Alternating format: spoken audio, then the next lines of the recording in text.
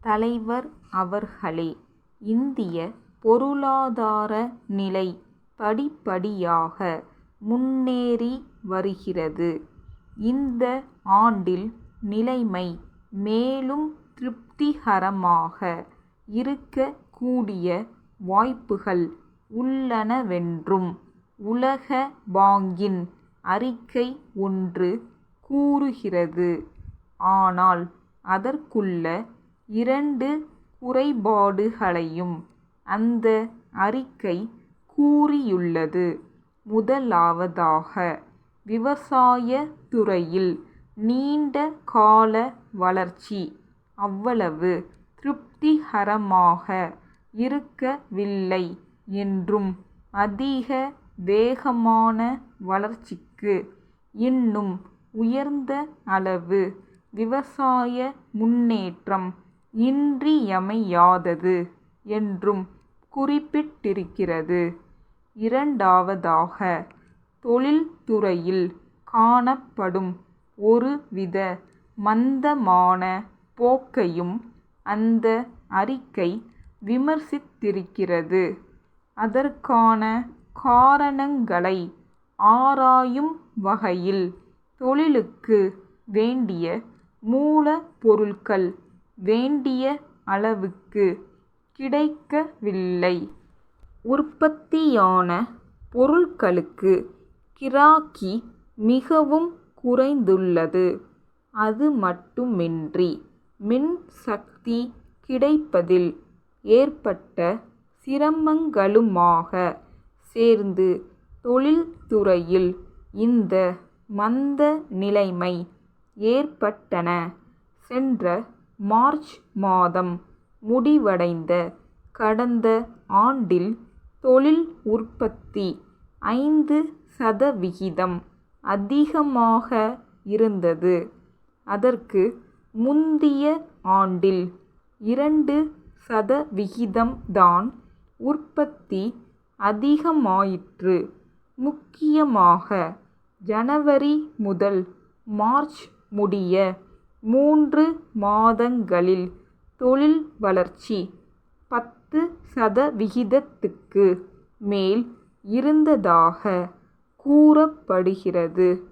இந்த துறையில் நிர்வாகத்துக்கும் தொழிலாளர்களுக்கும் இடையே தகராறு இல்லாமற் போனது.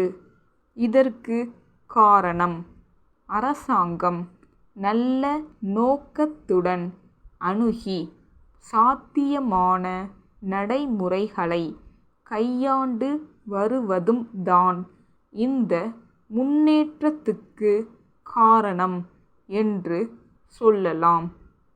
இந்த ஆண்டு ஆரம்பத்தில் காணப்பட்ட உற்பத்தி வேகமானது குறிப்பிட்ட தொழிற்சாலைகளில் சக்தியை பெருமளவிற்கு பயன்படுத்தியதாலும் மூலப்பொருட்களின் பற்றாக்குறை மறைந்ததாலும் தான் ஏற்பட்டது என்பதில் ஐயமில்லை.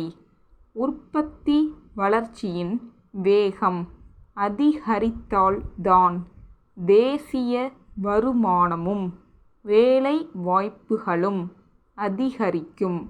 அந்த அளவுக்கு உற்பத்தி சக்தியை கணிசமாக அதிகரிப்பதாலோ அல்லது புதிதாக உற்பத்தி சக்தியை ஏற்படுத்துவதாலோ தான் உற்பத்தியில் வளர்ச்சி சாத்தியமாகும்.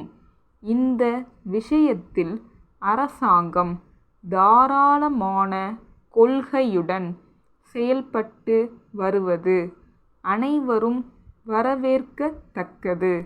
புதிய திட்டங்களை ஆரம்பிக்க தாராளமான கொள்கையுடன் செயல்பட்டு வரினும் பொதுவாக எதிர்பார்க்கும் பலன் இன்னும் கிட்ட ஆரம்பிக்கவில்லை.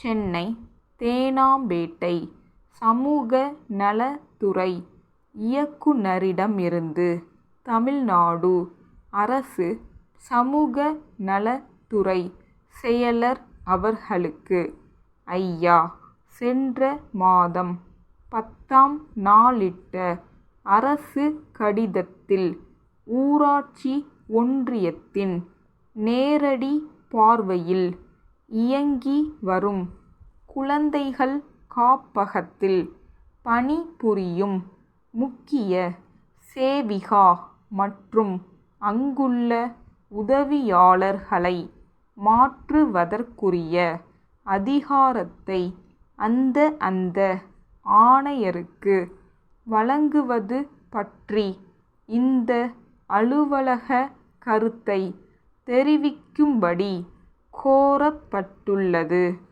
இந்த பணியாளர்கள் அந்தந்த காப்பகத்திலேயே தொடர்ந்து பணியாற்றினால்தான் இம்மாதிரியான குழந்தைகளின் சிறப்பு திட்டங்கள் நல்ல முறையில் இயங்கி வர இயலும். எனினும் பணியாளர்களாகவே மனமொத்த மாறுதல் கோரினால் இம்மாதிரியான மாற்றங்களை வழங்கலாம் என்று அனுமதி வழங்கப்பட்டுள்ளது. இவ்வாறு மாற்றங்களை அனுமதிக்க மாவட்ட முழுமைக்குமான அதிகாரம் மாவட்ட அலுவலருக்கு மட்டுமே வழங்கப்படுவது கிடையாது.